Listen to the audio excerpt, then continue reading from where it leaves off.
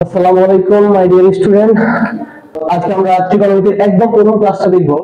ত্রিকোণমিতি জানার আগে যে জিনিসগুলো জানাই লাগবে অ্যাকাউন্টে তোমার, সেই জিনিসগুলো জানবো। দেখো, সেটা হচ্ছে যে ত্রিকোণমিতির হচ্ছে সমকোণী ত্রিভুজকে কেন্দ্র করে আহ এর হচ্ছে আলোচনা। সমকোণী ত্রিভুজ নিয়েই যত কিছু, তাহলে আমরা সমকোণী ত্রিভুজ সম্পর্কে প্রধানত আমাদের ধারণাটা থাকা লাগবে। ত্রিকোণমিতি জানতে গেলে সমকোণী ত্রিভুজের একদম স্পষ্ট ধারণা থাকা লাগবে।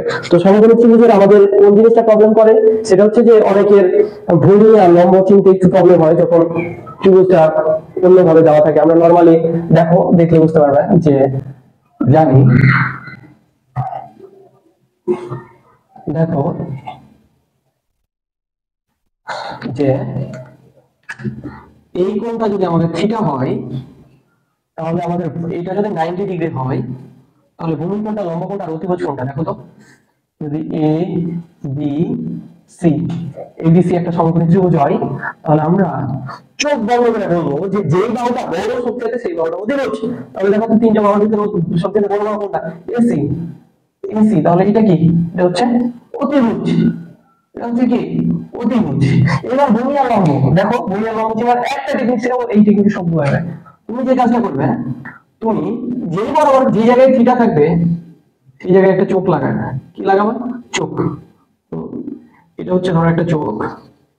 তো এই চোখ দিয়ে তুমি যখন এইভাবে তাকাইবে, এইভাবে তাকাইলে এই ছোট চোখ লাগানোর ফলে যদি আমরা অপোজিট দিকে যে বাহুটা দেখতে পাবো, সেই বাহুটার নাম হচ্ছে লম্ব। এইখানে তাকানোর ফলে আমরা দেখছি একদম বিপরীত দিকে এই বাহুটা দেখা যাচ্ছে। দেখো, এই বাহুটা যদি তাকায় তাহলে এই বাহুটা দেখা যাচ্ছে, তার মানে এই বাহুটার নাম কি? লম্ব। আচ্ছা, অতিভুজ আর লম্ব যদি চেনা যায়, বাহু আছে একটা, তাহলে ওই বাহুর নাম কি হবে? ভূমি। দেখো, এই বাহুর নাম কি হবে? ভূমি। ঠিক আছে, তাহলে এটা আমরা করছি। এবার দেখো, ত্রিভুজটা যদি তোমাকে একটু অন্য অ্যাঙ্গেল থেকে চিন্তা করতে হয়, সেটা হচ্ছে যে তোমাকে এবার দিল যে এটা একটা সমকোণী ত্রিভুজ। না, এটা একটা সমকোণী ত্রিভুজ, যেটার হচ্ছে এই জায়গায় থিটা আছে। তাহলে দেখো, এ বি সি একটা সমকোণী ত্রিভুজ, যার হচ্ছে অতিভুজ কোনটা? অতিভুজ সবচেয়ে বড়, অতিভুজ এসি। তাহলে আমরা অতিভুজটাকে ফাইন্ড আউট করে ফেললাম যে এটা হচ্ছে কি? অতিভুজ। অতিভুজ, অতিভুজ। আর হচ্ছে দেখো, এবার আমরা কি করব? এই সি এর এই জায়গায় আমরা একটা চোখ লাগাবো। এখানে চোখ লাগানোর ফলে দেখবো বিপরীত দিকে কোন বাহু দেখা যায়। দেখো তো, এই দিক দিয়ে যদি তাকাই থিটা বরাবর, তাহলে কোন বাহু দেখা যায়? এই বাহু। তার মানে এ বি বাহুর নাম কি হবে? লম্ব। এ বি বাহু কি? লম্ব। আর বিসি বাহুর নাম কি হবে? বিসি বাহু হচ্ছে ভূমি। বিসি হচ্ছে কি? ভূমি। বুঝে গেছে? এবার দেখো তো, যদি তোমাকে এইভাবে সমকোণী ত্রিভুজটা দিত, যে আহ ধরো এইটা দিয়ে দিল একটা সমকোণী ত্রিভুজ। এবার তোমার থিটা কোণ হচ্ছে, আমি আলফা কোণ নিলাম এবার, এটা হচ্ছে আলফা কোণ, আর এটা হচ্ছে 90 ডিগ্রি। দেখো তো, এইবার ভূমি কোণটা, লম্ব কোণটা আর অতিভুজ কোণটা, আচ্ছা আমি একটু নাম দিয়ে দিই এক্স ওয়াই জেড। দেখো, তাহলে তুমি ওয়াই জেড এটা তো ফাইন্ড আউট করতে পারছো যে ওয়াই জেড কি? ওয়াই জেড হচ্ছে অতিভুজ। অতিভুজ। ঠিক আছে, আর এক্স ওয়াই কি হবে? এক্স ওয়াই, দেখো এইবার তুমি এই জায়গায় চোখ লাগাবে, এইখানে যেহেতু থিটার পরিবর্তে এবার কোণ কি? আলফা। এক এক সময় এক একটা দ্বারা প্রকাশ করা হয়। তাহলে তোমার এই জায়গায় এবার চোখ থাকবে, তুমি এইখান থেকে যদি তাকাও, দেখবে অপোজিট দিকে কোন বাহু দেখা যায়। এখান থেকে তাকালে দেখবে এই বাহু দেখা যায়। তারপরে এক্স ওয়াই বাহুটার নাম হবে লম্ব। কি হবে এই বাহুর নাম? লম্ব। তাহলে এটা যদি লম্ব হয়, তাহলে সরি, এক্স জেড বাহুর নাম হবে লম্ব, তাহলে এক্স ওয়াই বাহুর নাম কি হবে? ভূমি। কথা বুঝছি? সবাই বুঝছি এটা? তাহলে আমাদের সমকোণী ত্রিভুজের অতিভুজ, লম্ব আর ভূমি চিনতে কোনো প্রবলেম হবে না। তাহলে এবার দেখো, যদি আমরা একটা সমকোণী ত্রিভুজ নিই, এটা হচ্ছে আমাদের থিটা, এই বাহুর নাম হচ্ছে এ বি সি, এটা হচ্ছে লম্ব, আর এটা হচ্ছে ভূমি, আর এটা কি? অতিভুজ। অতিভুজ।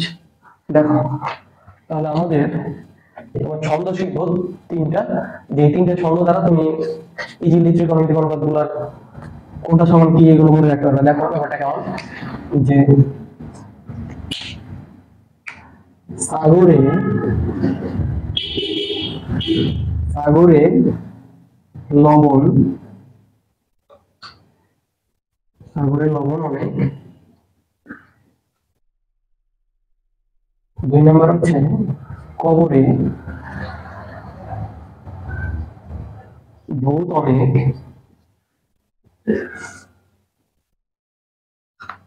3 নম্বর হচ্ছে পেয়ারা লম্বা, পেয়ারা লম্বা ভূত। দেখো তোমাদের একটু কেমন লাগতে পারে তাই না, সাগরে লবণ অনেক, কবরে ভূত অনেক, পেয়ারা লম্বা ভূত, কেমন একটা অদ্ভুত জন্য না। আচ্ছা দেখো আমরা সাগরেতে বলছি সাইন, সাগরেতে বলছি কি যে সাইন থিটা বা সাইন, লবণ হচ্ছে লম্ব, আর অনেকে হচ্ছে অতিভুজ, অতিভুজ।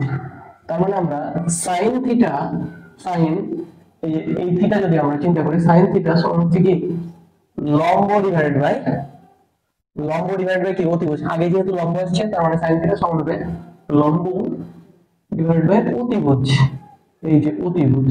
ঠিক আছে, এইটা আমরা কিভাবে মনে রাখবো, কবরে, কবরে তো হচ্ছে cos থিটা, cos থিটা, ভূতে হচ্ছে ভূমি, অনেকে হচ্ছে অতিভুজ, অতিভুজ। তাহলে আমরা এটা লিখতে পারি যে cos থিটা, cos থিটা সমান হচ্ছে কবরে ভূত অনেক, তার মানে আগে হচ্ছে উপরে ভূমি আর অনেকে হচ্ছে কি অতিভুজ। ঠিক আছে, তো এটা দেখো ট্যারাতে হচ্ছে ট্যান, ট্যান থিটা, লম্বাতে হচ্ছে লম্ব, আর ভূতে হচ্ছে ভূমি। তাহলে ট্যান থিটা সমান কি হবে, লম্ব, লম্ব ডিভাইড বাই কি এই যে ভূমি। ঠিক আছে, আগে প্রথমটা লম্ব, পরেরটা কি ট্যান থিটা সমান হচ্ছে লম্ব ডিভাইড বাই ভূমি। আচ্ছা দেখো sin থিটা সমান লেখা যায় 1 divide by cosec theta, tan theta সমান হচ্ছে 1 ডিভাইড বাই cot থিটা, আর cos থিটা সমান হচ্ছে 1 ডিভাইড বাই sec থিটা। হ্যাঁ, sin এর বিপরীত ত্রিকোণমিতিক অনুপাত cosec, tan এর বিপরীত ত্রিকোণমিতিক অনুপাত হচ্ছে cot, আর cos এর বিপরীত অনুপাত ত্রিকোণমিতিক অনুপাত কি sec। তার মানে sin থিটা সমান যদি লম্ব ডিভাইড বাই অতিভুজ হয় তাহলে cosec থিটা সমান কি হবে, 1 2 3 4 নম্বর। তাহলে কোসেক, কোসেক থিটা সমান কি হবে, অতিভুজ, অতিভুজ, অতিভুজ ডিভাইড বাই কি লম্ব, অতিভুজ ডিভাইড বাই লম্ব। তারপরে দেখো tan থিটা সমান করে লম্ব ডিভাইড বাই ভূমি হয়, তাহলে cot থিটা সমান কি হবে, cot, cot theta, tan theta সমান লম্ব ডিভাইড বাই ভূমি হলে cot থিটা জাস্ট উল্টাটা হবে, ভূমি ডিভাইড বাই ভূমি ডিভাইড বাই লম্ব। আর sec থিটা সমান তাহলে কি হবে, দেখো cos থিটা সমান যদি ভূমি ডিভাইড অতিভুজ হয় তাহলে sec থিটা সমান কি হবে, অতিভুজ, অতিভুজ ডিভাইড বাই কি ভূমি। কথা ক্লিয়ার? তাহলে আমরা 6টা ত্রিকোণমিতিক অনুপাত কোনটা সমান কি এগুলো জানলাম। ঠিক আছে, তাহলে জানবো পরবর্তী ক্লাসে আমরা বাকিগুলো আলোচনা করবো ধারাবাহিকভাবে। ঠিক আছে, পরবর্তী ভিডিও দেখার অনুরোধ রইল, আর চ্যানেলটা অবশ্যই সাবস্ক্রাইব করবেন এবং যদি ভালো লাগে তাহলে সাবস্ক্রাইব করুন। থ্যাংক ইউ, আসসালামু আলাইকুম।